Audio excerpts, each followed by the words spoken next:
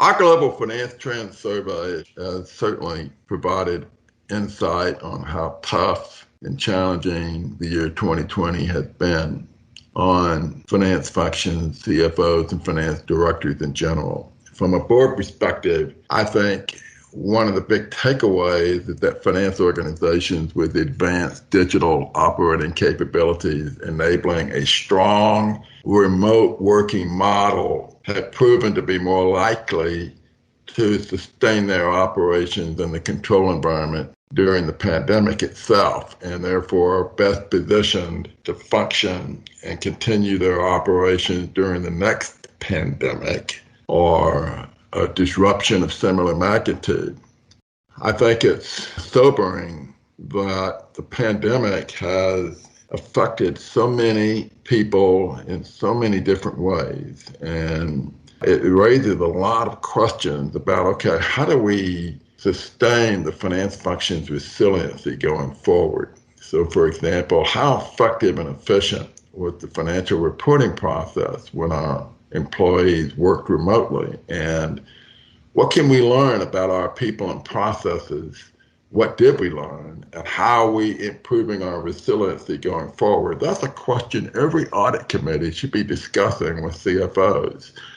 And certainly another aspect of our finance trends survey that would be of directors relate to cybersecurity and the importance of the CFO and the finance function being engaged with cybersecurity programs on a continuing basis so that finance has a role to play in monitoring and strengthening how data security and privacy spending is benchmarked, how these investments are allocated, how cyber risks are quantified in dollar amounts, and how these risks are expressed in business terms. So the finance team and the cybersecurity team really should be engaged on these matters, as finance really does have an important role to play, and that should be of interest to directors.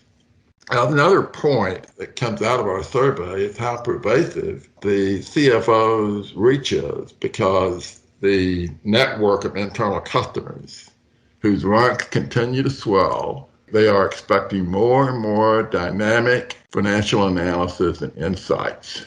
The quality of information used for decision-making within the organization ultimately spills over to the quality of information provided to the board.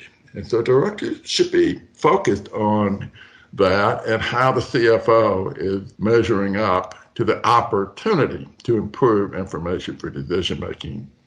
And one other point that I think that our survey indicated is the importance of a next-generation finance capability. Finance groups who successfully navigate the pandemic have demonstrated two distinguishing capabilities. One is digital leadership, and the other is a flexible finance labor model. By flexible finance labor model, what I'm talking about is how finance is managing an increasingly diverse portfolio of full-time employees, contracted temporary workers, expert external consultants, managed services providers, and outsourcing partners. While roughly 1/3 of finance organizations experienced staff reductions during the pandemic, many CFOs are in fact increasing resources dedicated to addressing the changing demands of internal customers, data analytics enhancements, and cloud-based finance applications. And then you have the commitment to build a next-generation finance capability. As the organization itself transforms digitally, so must finance. In fact, finance can be a significant catalyst in this respect. And so directors should be inquisitive as to how finance is contributing to the overall digital transformation of the organization in collaboration with other disciplines across the company.